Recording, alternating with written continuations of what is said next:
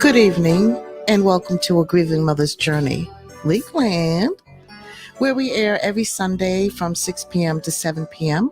with open mic every third Sunday from 6:20 to 6:50 p.m.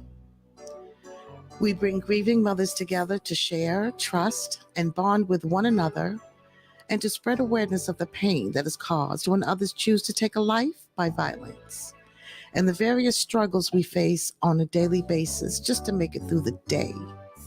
I hope that this will make those that are on that horrible path think twice and turn their lives around. Welcome.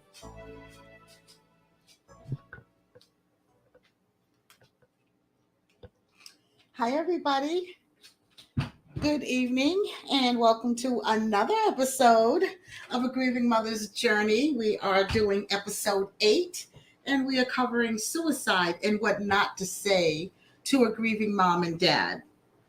So before we get started and to introduce our guest for this week, just a couple of announcements I wanted to make. One is don't forget to tune in next week. And I did advertise a little early on that one because I do want, you guys to go ahead and get your sons, your daughters, your nieces, your nephews, all your teenagers together to join us for that episode. It's going to be real talk, and we're going to have a guest that has been through that whole life from really low security prisons, such as like Dillwyn, all the way up to Victorville in California. He's going to spit some really good knowledge for our teenagers, and hopefully, what he says will make them think twice and turn their lives around. So make sure you tune in for that. We have some upcoming episodes too. Don't forget, I am still looking for guests. Siblings speak. I want to do a part 2 on that.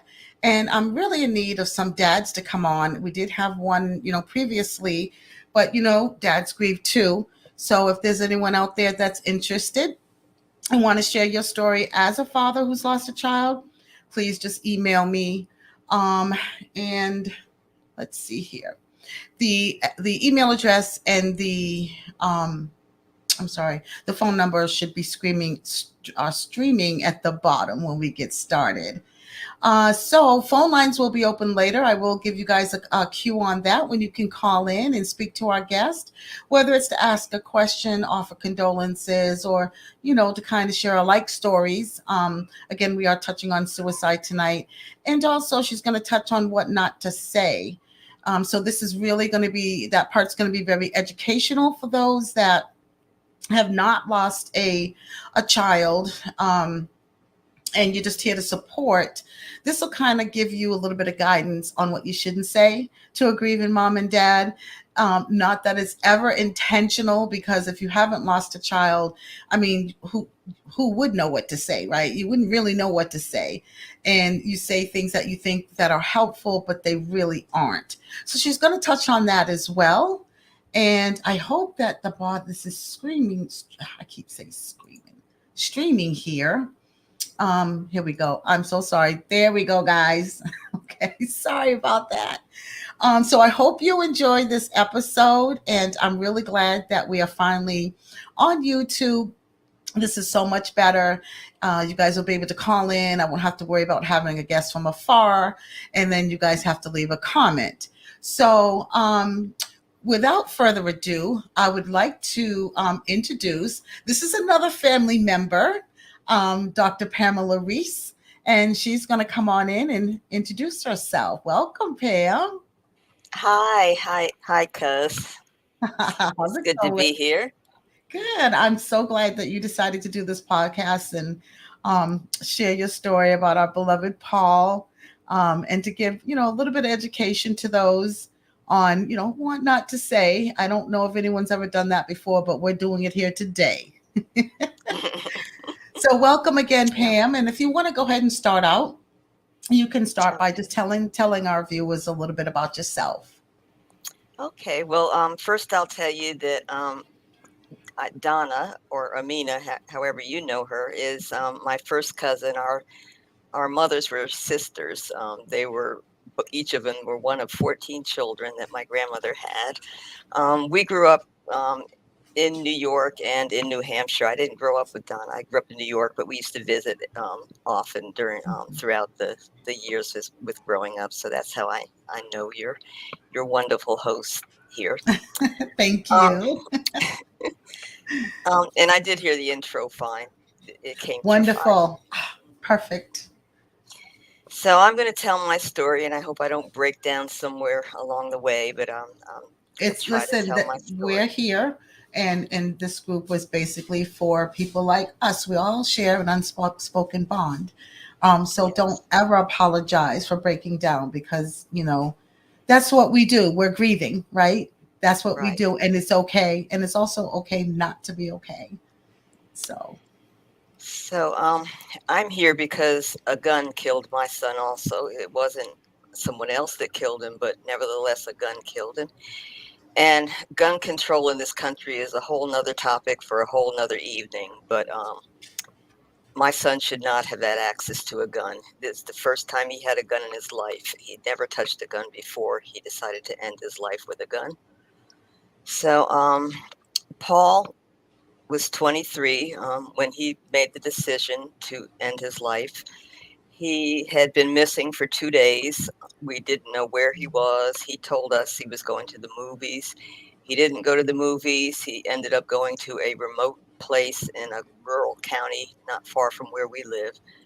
And that's where he decided to end his life. And we didn't know until 2 days later when we got a cryptic email from him that was post dated that mm, would tell us his bank account, the password to his bank account, and also where we would find his body. oh my So God. thank God the sheriff got there before we did, so we didn't have to actually find his body, and we never saw his body at that point. Now, did the sheriff go there first because you had called them to go Yes, there? I called them and told them he was missing, and I guess what I told them was enough so that they were alarmed, Okay. and knew that something was amiss. So when I got there, the sheriff told me what happened, and of course we broke down. Um, Of but let me course. tell you a little bit about Paul. I don't want to, focus No, on we'd that love to part. hear. Um, excuse me. Paul is my only biological child, and notice I said is. People wonder all the time, do I say was, do I say is? Please say is. If you have lost a child and you're listening to us tonight, your son is your son, your daughter is your daughter, your husband Absolutely. is your husband, your sibling is your sibling. Nothing Amen. changes that. Death doesn't change that. So Paul is my son. He was 23 years old when he ended his life, and 10 days later is when my cousin lost Malik. Exactly 10 days later. And at the Malik same age. also at the same age, 23. So we have been through this together. Um, as I said, Paul is my only biological child. I was 43 when I had him. So that lets you know that I was old when I had him. I do have a stepson, my husband's son, and he's married, and he has a wonderful little boy who's 17 months old, Yeah. who's my grandson, and he's finally warming up to grandma, which just Yes. makes I my see the heart warm pictures up. all the time. Yeah, they don't live in where we live, so it's been difficult to try to get. They live about 6 hours away from us, but we go up as Oh, often as we can to see him, and he really is growing up fast. But Paul was always a really bright child. When he was 18 months old, he could recite the alphabet. He knew every single letter of the alphabet at 18 months old. He was extremely intelligent, very high IQ. His kindergarten teacher recognized how bright he was, and actually he fast forwarded from kindergarten after a few days into the first grade. So he did skip a grade because he was so smart. He did awesome. go to excellent schools, and I live in Raleigh, North Carolina. Um, I guess I didn't say what I do, but I'm a professor at a university here in North Carolina and the chair of the department in nursing, and I'm a nurse midwife. So Paul loved to read and learn. He went to the best schools in our area, magnet schools. He went to the North Carolina School of Science and Math, which is a in-state free residential high school for students Nice. who are gifted and talented in science and math. And then after that, he went to Wake Forest University in Winston-Salem, North Carolina, on full scholarship. So Awesome. when we used to play trivia games and all, I would say to him, "How did you know that? How do you know so much?" And he said, "Well, I had a good education." And he did. He had a very good education. He graduated from Wake Forest with a Bachelor of Science degree in computer science and also a Bachelor of Arts degree in German. Paul That had is an awesome. affinity for Germany at a very early age, which makes me wonder. I don't know what your beliefs are about the afterlife, but I believe there's an afterlife, and I'm beginning to believe Absolutely. that we all have been here before. So I think that Paul has been here before in another life, because there was no way he could have known what he knew when he was a child in the second and third Mm, grade about Germany. And wow. even one of the stores he had like a little shadow box made out of a little cigar box of a German town, and he had a grocery store in his shadow box. And that I googled that grocery store, and there was a grocery store in Germany with that name, the same spelling. It was Hahnemann with two N's at the end, and it was spelled Wow. exactly the same as they spelled it. It's like our version of Whole Foods. And then he had it was a Coptic church that he had there, and also a swastika. And we had never talked or about a swastika before, and I don't know if he learned Wow. about it in school or what.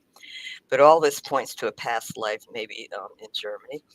But anyway, Paul was an avid piano player. We started teaching him piano when he was 5 years old. I'm just kind of looking at my notes here. In addition to piano, he loved video games. That was his whole life. Video games, and he spent most of his life after college playing video games. Paul graduated from college in 2020, so I don't need to say what that meant to him and to everybody else that graduated in Mhm. 2020. The trauma of that and the fact that he couldn't find a job just were just multiple nails that finally sealed the coffin. Paul he was depressed. Was depressed since about age 10 or 12. We've been to psychologists, psychiatrists. Paul had been on medication. He would take them for a while and say they didn't work, and then he would stop. And then, Mm, when he went to college, I didn't know if he was taking his meds or not. But he battled depression just about constantly until after he passed away. When Paul passed away, or when he made his transition, as I like to say, we had just an overpouring of just generosity, love, and support from everybody, from people we didn't know, everybody. At his memorial service, it was standing room only. They didn't have enough chairs for everybody to sit down, um, because people were just so devastated over the loss. mm, And people were really kind. The first year, we really had excellent support. And then, typical as to other families that I've talked to, and probably typical to some of you too, eventually those people start weaning off. They're contacting you less and less and less, and yes. finally not Yes. at all. Um, and some of that could be my fault, because I became very introverted since losing Paul. But that's Um, not something I would say. You can't really blame yourself for that because I think I know I was as well, and I'm sure probably pretty much all of us become, introverts because we lose a piece of ourself, when we lose a child. And it's so devastating that we just don't know which way to go half the time, yeah, living in a fog, and just the grief is just so intense. It changes us permanently. I don't think I'll never be the same oh no, again. we'll never be the same people again, nor do we expect to be. I mean, this is a life-changing circumstance It for all of us absolutely who have is. lost children, and I know I'm preaching to the choir for those uh, of us who have lost children. But it's been 27 months for me. The grief comes in waves, Mm-hmm. mostly tsunamis, but occasionally little waves on the. Absolutely. Um, And if I may, just really quick, Aunt Sharon has something to say, so I just want to read it to you. I don't. oh, Are you okay. able to see the comments? Are you No, I able to can't see? see the Okay, comments. so let me share this with you. Okay, Hi, let me Aunt see it. Sharon. She's listening. Okay, now I So can see the comments. okay, so I'll read it to everyone who's not, if you can't see the comments, but she says, "Hi, Donna and Pam. I'm watching and my heart is full seeing my two nieces talking together about the devastating losses of their beloved sons. It is so wonderful to see the two of you together talking. I love you both dearly. Thank you for sharing this. Love you both with all of my heart and soul, Aunt Sharon." Thank Well, you, we Aunt Sharon. We thank you yeah, for thank you. actually coming in and viewing the podcast. And when the lines are open, feel free to give a call and say hello if you'd like. But thank you for sharing that, Aunt Sharon. I appreciate it. I love you. Yes, thank you, Aunt Sharon. And Aunt Sharon was Paul's godmother too, so she had a special bond to him. So back to what I was saying before. Losing a child is a very lonely experience. You tend not to be around people except if people that have also lost a child. And Mhm. in my case, people that have lost a child by suicide, because that's a very special circumstance. Um, Yes, just like having a child murdered is a special circumstance. absolutely. Both of these are just unbelievable tragedies that have happened to us in our lives. But getting back to friends, I could count on one hand how many friends I'm still in touch with now who have Mm, still, reach out to me and stay in touch. And a little bit later, when I talk about what to say and not what not to say, I'm also going to offer some tips for those of you that may have some family or friends who have lost a loved one to suicide. And absolutely. while I'm thinking about it now, I just want to say that we say that we lost our son to suicide. We don't say he committed suicide because he didn't commit Correct. anything. He didn't commit to die. He didn't want to die, but he didn't know how to stay. That was something I Wonderfully saw on put. Facebook, and that was just so true.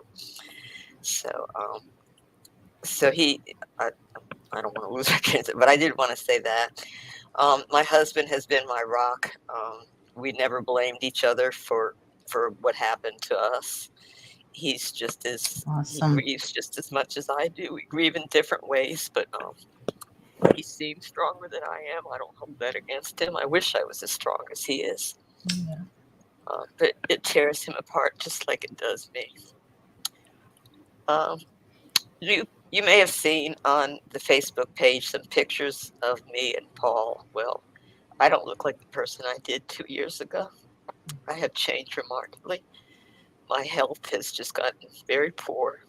oh, I, yes. I, yeah, tell us about yours.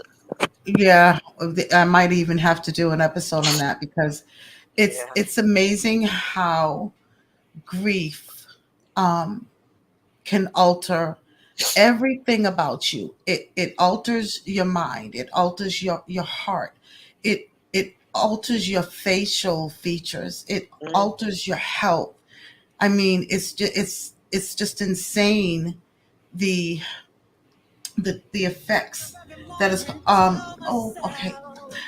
Okay, looks like Aunt Sharon's calling in. I'm sorry. Hold on one second. okay. Hello, Aunt Sharon. Welcome to A Grieving Mother's Journey. Thank you for calling in. How are you? I'm doing great, and I've been so remiss at reaching out to both of you who are so dear to me. And like Pam was saying, you just don't know what to say sometimes to someone who's been in such a devastating situation as Yes. both of you have been in. And I just want you to know that you're in my heart every single day and in my thoughts. Paul and Malik were just lovely, and I'm just so heartbroken over what happened to both of them. And like you said, it will last forever. The the Yes, the it will. the heart being in the situation that it's in right now. I just want both of you to know how much I love you both, and I'm hoping that soon you'll come up to New Hampshire, and I'll lay out the carpet for both of Okay. Well, we'll have Yeah, to we we'll should have to both come plan at the that out, same cousin time. Pam. That would be Hmm. absolutely amazing. you. Yeah. Yeah, please come up, and it'll be wonderful to have both of you in my home and giving you those Aunt Jane hugs and kisses. Okay. Yeah. All I right. I love Yeah. you both. We love you too. Thank you. Okay, Thank okay, you. Um, thank you Bye for bye. calling. okay, Donna, darling. I love you. Love you love too. you too. Bye bye. Love you. Bye bye. Donna Well, it and was I a are nice from a very talented family of musicians and artists. My mother was an artist, and just about everybody else in her family was a musician and a singer, including yeah, Donna's mother, my Aunt including my Jean. mom. Hmm. Yeah. So my mom was the artist. She didn't subscribe. She didn't go with the music route. She went with the art route, and she was a very good Mhm. artist. And unfortunately, I didn't acquire any of her talent. Um, but I'm trying, and that's one thing I'm doing now. Really, since going into the third year is when I'm finally not paralyzed with grief, and I'm starting to move forward. But not Oh, until that's now, though. awesome.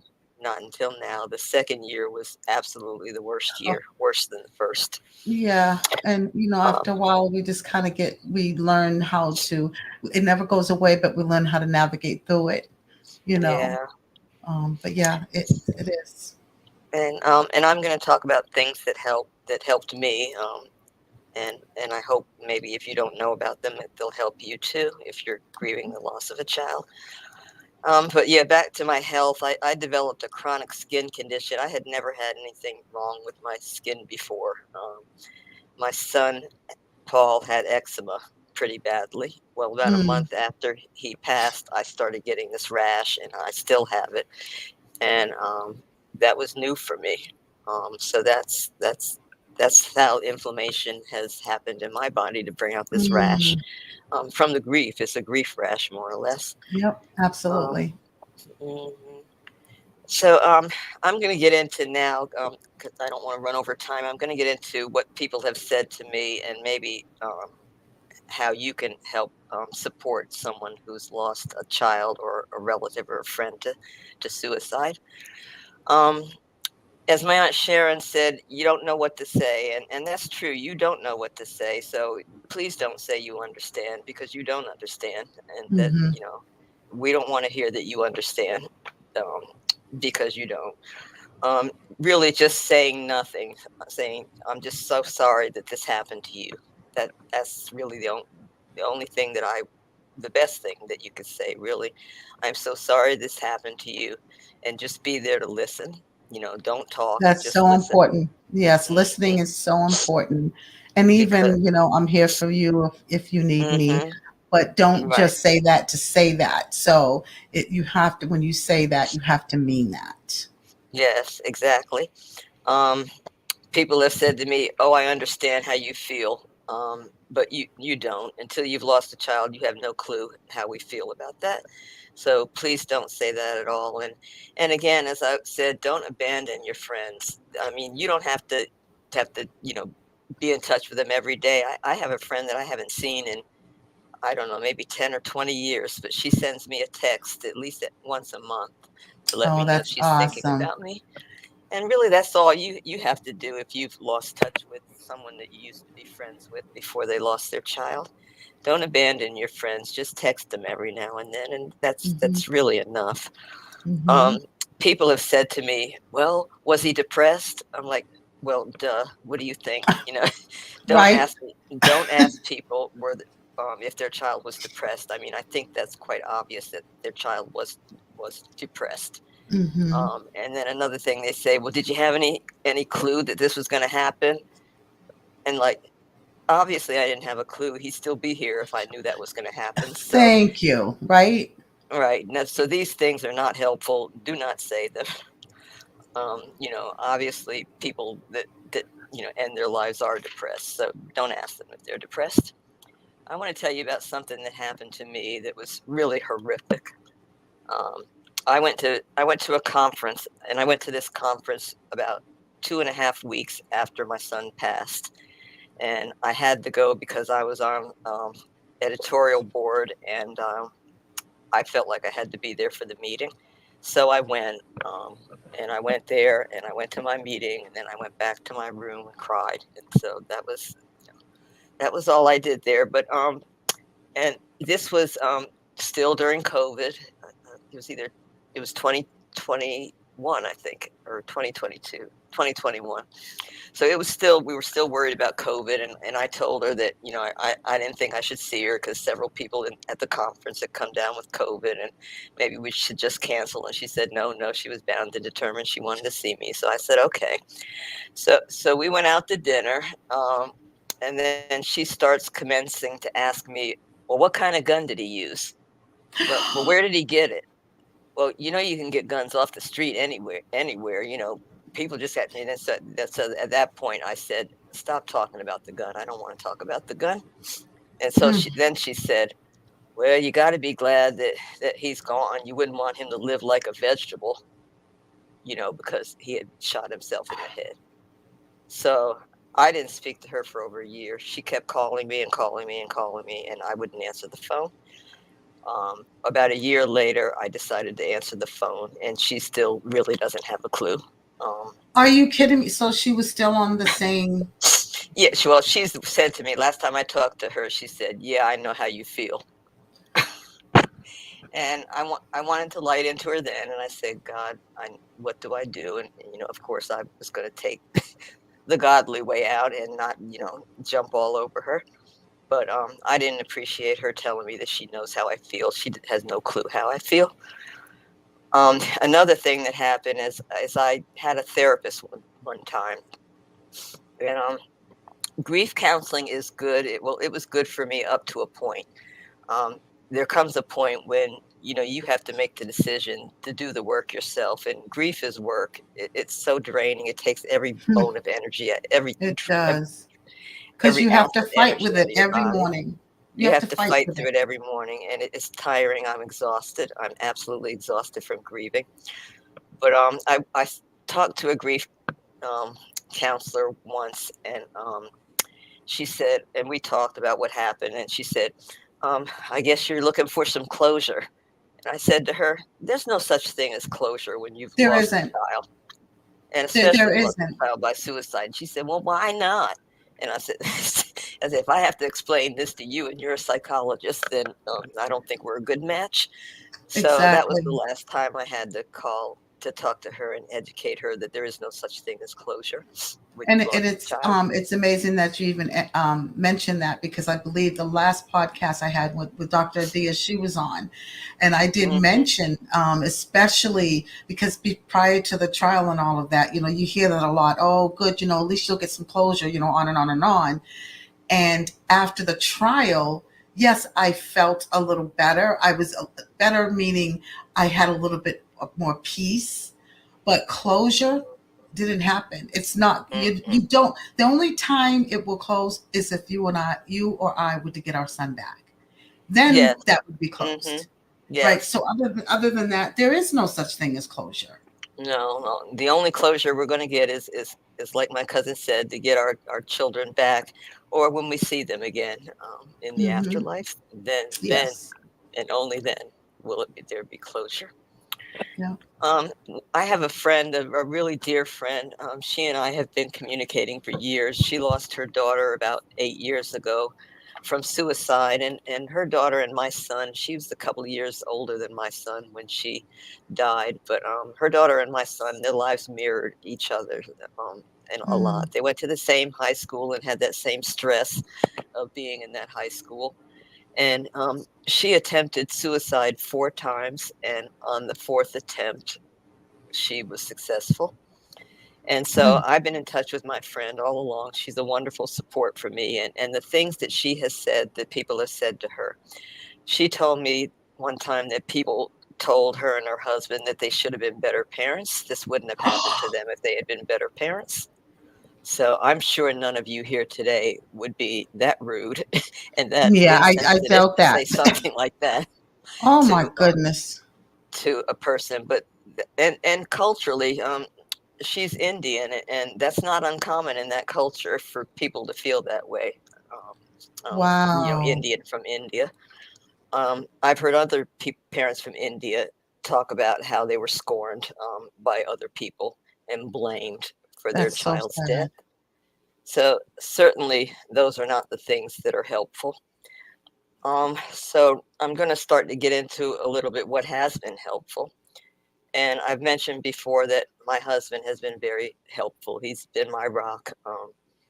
We have been through this together, and we'll be with each other until we're both gone. Being with my grandson has been a joy. And just knowing that my grandson has my son's DNA, because my husband's son had the baby, so my son still has, my grandson has some of my Mm-hmm. son's DNA, and that gives me peace too, to know that. Um, so antidepressants are helpful. If you're struggling and on the fence, please take the antidepressant. I had a therapist tell me once that you need a platform on which to stand before you can get better. And sometimes antidepressants or anti-anxiety medicines do help you get the strength to start doing the grief work. Mm-hmm. Um, the And as, oh, go ahead. so, when you mentioned the antidepressants, I know in the beginning, my PCP had prescribed me, I think it was Zoloft. Mm-hmm, Um, and I don't know if it was because it was such a low dose or just because the grief was just too much, it didn't help. But recently, especially right before the trial, um, my PTSD and anxiety has been on 1,000. mm-hmm, So I went back to my PCP. Now I was seeing a therapist, so she doesn't prescribe medications, mm-hmm. but that helped. Like you said, to a point. Um, but the so the I think it's Xanax is what Yeah. my PCP prescribed me, and that actually works. Mm-hmm. Especially when I start feeling like that PTSD Anxious. coming and yes, and anxious and just like not being able to tolerate certain things that I used to Mm-hmm. be able to tolerate. When I take that, I do find that it works. So, Mm-hmm. and that doesn't mean that it'll work for everybody, but That's between right. the two, the Zoloft and the Xanax, I do find that the Xanax works a lot better for me. Well, that's good. And I do want to reiterate something you said about PTSD. Hmm. We have PTSD. All of us that have lost a child are undergoing PTSD. So Hmm. make no bones about that. This has been a very traumatizing experience, um, Hmm. and it always will be. Um, Support groups are helpful, but and I'm so glad that my cousin started this support group specifically for parents who have lost their children to gun violence, because nobody understands like you all do what it's like to have your child murdered, and Hmm. nobody understands other than another parent who's lost a child to suicide what Exactly. that's like. So Exactly. support groups are great, and if you've been on Facebook and looked for a support group, you'll find there are a plenty. Yeah. But my favorite support group is Helping Parents Heal on Facebook. Yes. Um, Yes, you they've turned been, me on to that one. yeah, they have wonderful educational opportunities that they offer free of charge. They have special sites for parents who have lost their child to gun violence, parents that have lost their child to suicide, parents that have lost infant children, and so forth. Mhm. So being with people that know exactly what you're going through has been very therapeutic, and actually that's been better for me than counseling, much better. Uh, Mhm. at I least agree. for me. That may be not so with others. I have a friend who lost her son maybe a year or two before I lost my son. I don't know what happened with her son, but they found him in his apartment, and he was dead. And he was dead for about 2 weeks. So I don't really know what happened there. But she gave me the best supportive literature when when um when I saw her. And one of the books I actually couldn't read until now, and I just want to share this title. It's called How to Carry What Can't Be Fixed. How to Carry What Can't Be Fixed. It's Okay. it's a workbook, and I'm not usually one that likes workbook kind of books, but this is excellent. It takes you through the whole grief process. But as I said, if you're new, if your grief is fairly recent, you're not ready for this book yet. But as you progress and as these waves of grief continue to come over you, that's an excellent book to work through. I mean, because the author of this book just gets it. She gets us and how we feel. So maybe you could, when you get a moment, maybe share that in our group page. I will, I, yeah, I and do I'm going to type notice. it. Can I type it in the Okay. chat? Yeah, you definitely can. Let me see if I. And that would be fantastic because we have a lot of grieving moms and dads in the group. We have a lot that, are fresh. We have a lot that are new. We have a lot that are seasoned. So that would be something, I think, a great tool, Yes. for some of our grieving moms and dads in the group. And of course, I bought every book that everybody suggested to me. So if you want to reach out to me and know what books have been helpful, that book has been helpful. There have been others, but there really haven't been many.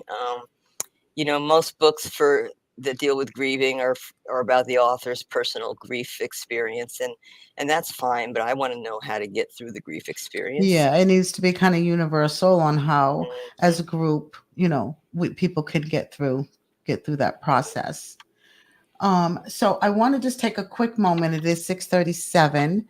So if there's anyone out there listening that has lost someone to suicide, feel free to call in. If you want to just call in and just, send your condolences to Dr. Pam, please do so. Or if you have any questions, feel free to call in. The number is scrolling at the bottom, which is 571-409-3400. And, if you want to be a guest, we do have, our guest this evening that's touching on suicide, but, that doesn't mean we just have one episode. I'm always looking for people to come on, talking about our angels and things like that, can be, well, at least I find it very therapeutic.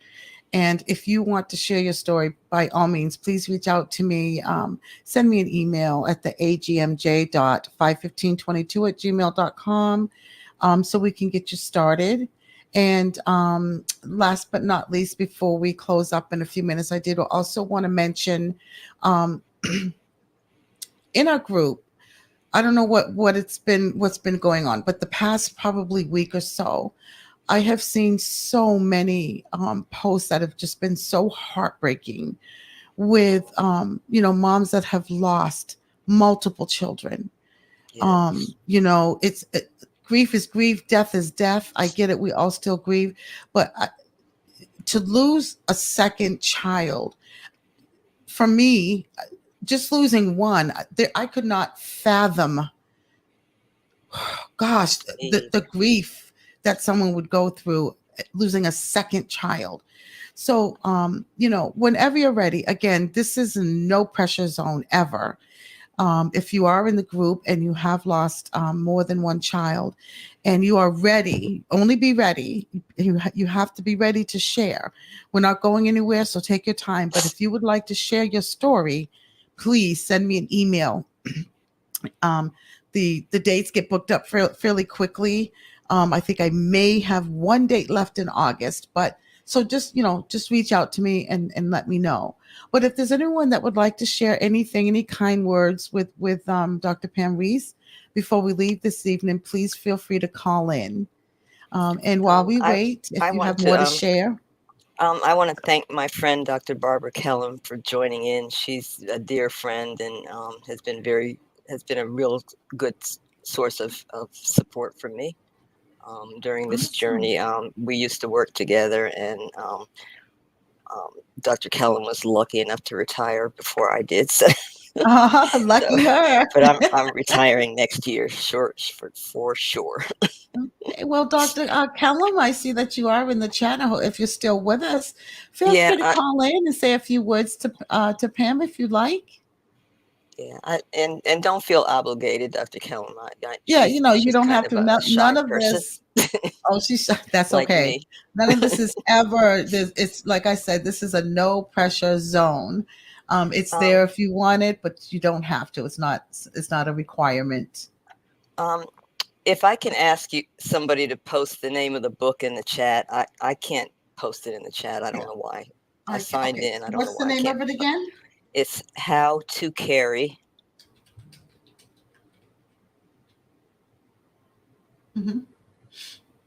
What Can't Be Fixed.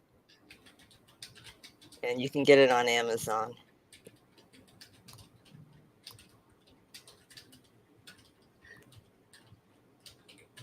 But again, this is probably for people that are a little bit further on down the road. Okay, so it's posting now. Oh, so means they think it's spam. Okay, so I'm like the whole owner of this thing, and it's rejecting my comment because they think it's spam. But you know what? Yeah, That mine might was be my rejected fault. too. So you know So what I I don't know think it because is? we're hosts and co-hosts. No, I think it might be the settings that I have. If people are trying to put in links to sell things, I will double. So for the next episode, I'll make sure. But just put that on the Facebook group page. Yeah, I'll put it And on this there. will be, I'm going to actually share this once we're done to the group page. So once that's done, you can just put it underneath those comments there. Okay. Yeah, I guess I'll have to fiddle with the settings a little bit on this thing. So is there anything else that you would like to share, about maybe your experience after losing Paul, or your experience with anything that anyone else has said that you found discouraging that you could share with the listeners? Well, I'm a nurse, and I have done a ton of reading on antidepressants too. But if you start out on antidepressants, after a while they may not work, and so you may have to go back and forth. You find something that works for you. I'm so sorry. I'm so sorry. Someone is calling in. Hold on one Okay. second. I'm sorry. Good evening. Thank you for calling A Grieving Mother's Journey. Who am I speaking with today? Yes, this is Barbara Kellum. I just wanted to say hello to Pam and to thank her for sharing her experiences, and that I pray for her every night. And I appreciate that, Barbara. I do. And Pam, really, before you leave from Greenville, we've got to have lunch or something. I know. And I do have agoraphobia and PTSD, so it's hard to leave the house. But I wish that I could. I wish that I could share some of your suffering. And I know you do, and I know you mean that too. I know you do.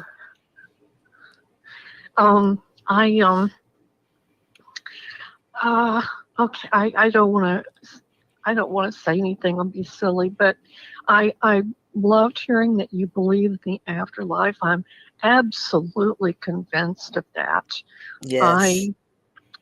Yes, I'm just convinced of that. And we will be with our loved ones again. Amen. I know that. Amen. I know yes. that. So I'll yield the floor, but I do hope that we can have lunch or something, and maybe we could just talk about the grammar mistakes in our students' papers. Yes. That would be a comfortable topic. I'll definitely be in touch, Barbara. We need to talk before I do retire. Thank you so much for everything. I love you, my friend. You're very, very welcome. I love you too. And thank you for calling in, Barbara. We really appreciate you participating and sending those kind words to Pam. Thank you so much. Certainly. Thank you. Okay, bye-bye. Bye-bye. Barbara mentioned something that I want to talk about too, is I too have developed agoraphobia. I mean, I will leave the house, but it takes a lot to get me to leave the house. Yeah. I really don't leave the house unless I have to leave the house, like to go to work or to go to an event, the store. It really causes me a lot of anxiety to leave the house, and I wasn't like that before, so that's one thing. And the other thing that I wanted to say, that there is evidence, there is scientific evidence that an afterlife exists. So we're not just saying this because, you know, we're Christians, or we believe in heaven and all that. But, you know, scientists have studied this, and very well known and well respected psychologists and psychiatrists have provided evidence that supports this notion of an Yeah, afterlife. we're going to save that because I am going to also do an episode of that, Okay. basically the afterlife, as well as signs from our loved ones, or it's called Oh, signs okay. from our angels. That's come. Yeah, I have a lot of different topics that are pretty much 6 months out. So, and that is one of the ones that I'm excited to do, as well as have like visitations from your angel. That's Mhm. another topic that's actually going to be coming up very soon, because I myself have experienced an amazing visitation from my son. I So have yeah, to. yeah. Oh, that's great. So don't tell me about it. I I'll tell you want about it you on to, that episode. yeah. So, and the good thing, everybody, with this program, I can have up to 10 guests. So this is awesome. Before, I was so limited. Either you're in the studio or you're on the phone, and it was only kind of like one. But if you're in the studio, I could have more than one in the studio. But now, so that's going to be a pretty big topic, that and sibling speaks and a few other things. So yes, indeed. Just Now, everyone will have to let me know if they do want to be a part of it, because as you know, Pam, a link has to be sent for you to actually be on board here and not just a listener. So yeah, Okay. so hold that thought with that for that episode. Yeah, I would certainly, if you have time and want me to talk, I'd like to talk about what I've experienced. That'd be awesome. I will definitely, when I have the date and all of that, I'll put that out there. Keep a lookout for it. Let me know, and I'll put you on the list. Okay. So, what else about the experiences? You know, I have grown out of this experience, and I'm still grateful.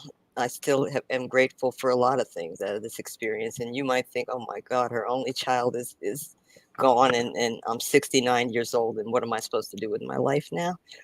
But God has taught me to be grateful Hmm. for what I had, and even to be grateful that I was a mother for 23 Yes. years. I Yes. mean, some mothers don't have their children for that long. So I'm grateful Exactly. that I had my son for those 23 years, and that he was such a wonderful person. Well, what do you So say I to those think that the best way to get through this is to start really keeping a gratitude journal. That's helped me. And writing a so journal?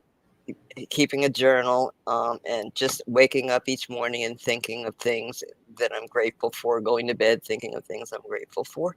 When you So you focus find on that helpful? gratitude, it's healing. Yeah, it's very Okay, healing. okay. So if there's anyone listening, you might want to try that. That's an awesome suggestion. Yeah, Um, but it's hard to be grateful when you're in the early it stages is. of your grief. Yeah, I do yeah. want to So say that. anyone out there that, like, recently, I'm talking like probably within even up to the first year, that's it can actually go up to 2 years. It's still fresh. Mm-hmm, So that's not something, we're not telling you not to try that. You are more than welcome to try what you think will work for you. We just suggest that you don't, because it's just the first year, especially, you're still trying to learn how to navigate and how to even deal with the grief alone and the loss of your angel. yeah. Yeah. There's a fairly new psychological diagnosis called prolonged grief, and essentially it's grief over 2 years and certain other manifestations of psychological illness. But Really? what is prolonged grief? I mean, why would they even call it prolonged grief? Obviously, we're all going to have We're going to prolonged have grief. grief forever. I mean, when you've lost a child, you can't put a number on it. 2 years is not going to be the end point for you. Mm-mm. I've That's just had the people beginning. 10 years, 20 years, 25 years. It's still, at times raw for them. Yeah. So to me, prolonged grief is a misnomer for this diagnosis, and I hope the American Psychological Association decides to call this diagnosis something else, because it really is offensive to those Yeah, of and it's us. actually putting a time limit Hmm. on our grief. And It there is. is no time limit, period. There Right. isn't. And I know certain characteristics of the diagnosis is that you're not able to function on a day-to-day basis, but all of us have days where we can't function because of our grief. Hmm. Um, Hmm. so there is no timeline when it comes to grief, as you all probably already know. Yeah. So if you were to offer one, I guess one piece of advice or one suggestion to a mom or dad that has lost a child by suicide, um, what would you tell them? I would say, although this is difficult to accept, and I'm still working on accepting it myself, that there was nothing you could do. There was nothing you could do. When we Absolutely. got to the scene where we found my son, the coroner was there, and he was just a wonderful man. He was so kind, and he told me, I've seen hundreds of suicides, and I just want you to know there was nothing that you could do. Because once people make up their mind that they can't stay here anymore, I mean, look at my friend whose daughter on the fourth attempt, died from suicide. There was no talking her into staying, even though she was a beautiful woman, a lovely woman with a great career, a real passion for mental health. And she was a mental health worker, and she Oh, couldn't stay. wow. So although you blame yourself, obviously I blame myself. I think of things I could have done differently, but in fact, there was nothing you could do. That your child Hmm. made that decision. Hmm. That's awesome advice. And still very similar to the loss of any kind of loss, because I think we all kind of go through the what if, or if I had did this, or if I hadn't done that. Hmm. Again, one of the stages of grief, right? And you're right. There is nothing that we could have done. Now, that's not going to take away the feeling, because even though people Mm-mm, said that to me all the time, it didn't mm-hmm. matter. That's how I Yeah. felt. And Mm-hmm. I had to remove that thought on my own time. But Yeah. even now, every once in a while, I'll think about it. Hey, you know what?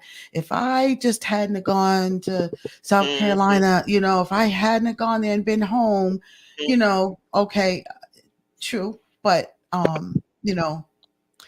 it's kind of, Yeah. I can't really harp on that anymore, because what was done is done.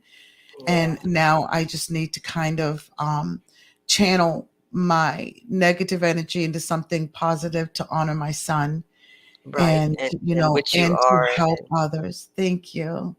I'm working on it. I'm trying, but you know And um go ahead. I just want to share how I'm going to channeling this experience for me. Although I'm at the end of my career, and I'm a nurse researcher, I've totally changed my research focus. My research focus now is suicide survivorship. Oh, So I hope to nice. interview parents, see how they are at certain time phases in this process, and also to look at some health measures and compare them to the general Wow. population, because as we both said, we are not well. It's taken in 2 years, we have really gone Yes. downhill in terms of our health and well-being. Yes. So I want to study this. I'm in the process of writing a commentary now on suicide during pregnancy, or perinatal suicide, suicide during the perinatal period. And mental Okay. health is the number one cause of why mothers die. And so, Mm. how do you die from mental health? Suicide. Hmm. So suicide Yeah. is now becoming at the top of the list, and it's mainly women in the postpartum period that are dying from suicide. So if you have a friend who's postpartum and you think they're struggling, stay on that friend, help that friend. This is a very, very, Absolutely.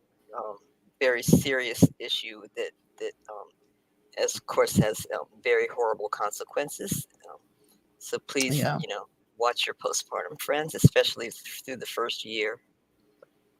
I kind of I dealt with that alone with my oldest son. Because My husband at the time was military. We got whisked away to our first duty station, and I think it was like 9 months pregnant with him, and we got to this place way up. They called it the UP, Upper Peninsula in Michigan, in nowhere land. Didn't have friends, first time separated from family. Here I am, pregnant with this kid. My husband at the time gets shipped away to school for 6 months, and I suffered. And that actually, I'm sorry. Yeah. After I had my son, I went through a lot of postpartum, but, and surprisingly, I actually dealt with it myself. I never went to anybody. I never got any help. I know that was dangerous. And if I had to do it again, I would never do that. I would reach out to somebody because things could have came out a whole different way. But thank God I was strong enough to get through it. But I would not recommend anybody who is going through postpartum, do not try to go through it on your own. Please reach out to somebody because, you might not be as lucky as I was that made through it, So Yeah, that's very serious. it is. And we don't have the infrastructure to really help women through this period. We see women at their 6-week checkup. Oh, okay, we're fine. We'll see you next year at your annual. Well, Yeah. from that 6-week checkup till 1 year postpartum, that woman could be dead. Yeah. As I said, most of the people that die in the perinatal period from suicide do so in the late postpartum period, like closer to a year postpartum. So you're not out of the woods just because you had the baby. Right. Okay. Well, it is now 6:57. I'd like to leave one more minute if anybody would like to call in. If there's anybody out there that has lost a child by suicide and you'd like to call in, please do so now, 571-409-3400. And in the meantime, please keep in mind, it'll stay on the YouTube page for you to come back to later. It's also on my personal Facebook page. I know not everyone is a friend on there, but I am going to share it to the group page. So everyone in the group is allowed to see the episode as well. Please share with everybody, send them to the YouTube page so they can subscribe, so they'll be able to watch, the future episodes. Don't forget, next week, you can't miss it. It's called Real Talk Prison Life. And we have someone that's going to be on that pretty much, again, like I said, has been in prisons as low as Dillwyn, all the way up to Victorville in California. So his knowledge is amazing. I'm hoping that he'll be able to speak to somebody, save somebody from doing anything crazy. Bring your teenagers in here. Now, again, you have to prepare your teenager because this is not going to be sugar-coated. It's raw, no cut cards. And we have to do that in order to save our teenagers out here, our young men and women out here. So prepare your child. If they are not ready, if you do not think they are not ready, do not have them watch that podcast. So that's coming up next week. Same time, same place, 6 to 7. Please join in, share it with everybody. And again, if you know somebody, another grieving mother that, is ready to share her story, also lead her to the group or him to the group, please. I'm also looking for, retired or not, I'm looking for an officer to come on board. I do have something in the works for that, but it's not confirmed as of now. So I would like an officer to come on and maybe speak on that part of it. An attorney, whether it's current or retired attorney. I would love to have, someone come on and speak about that. Does not have to be about an open case. In fact, I prefer it's not about an open case. Things like that. But we have a lot of exciting topics coming up. You guys would not believe the topics coming up. But keep an eye out on the group page on Facebook. For anything upcoming. I share every Monday, the upcoming events. And like I said, next week, we've got the speaker coming on about prison. The following week, we do have a grieving mother that is in our group who has lost 2 children. She will be on to speak then. So we got a lot of exciting things coming up. I appreciate everybody's support. You guys are amazing. Continue to share, continue to spread the word. I want to make this grow as much as possible in the name of Leland. And I want to give a big thanks to my cousin, Dr. Pamela Reis, for coming on and sharing her story and You're so advice welcome. about suicide and what not to say. I hope that somebody out there got something from this. And if you did, please maybe share it in the group. Let us know. Hey, you know, this was amazing. You helped in whatever kind of way. And this won't be the first time. We'll have more talk about this later on. Like I said, we're not going anywhere. We got a long way to go. So stay with us. I love you guys. Thank you, Pam. Love I you too. appreciate you. Thank you for having me, and thank you everyone for coming, Of and course. for to those that are listening to this after the recording, as a recording. Thank you, Thank you. everybody. Have a Yeah. good night. You too. Well, lovely people, we are signing off. I hope you enjoyed our episode this week. Be sure to tune in next Sunday from 6 p.m. to 7 p.m. And remember, no matter how old or how young, our children will forever be our babies. We just have one with wings. Be gentle with yourself and take all the time you need to heal. Thanks for joining. Good night. Good night, everybody. Thank you.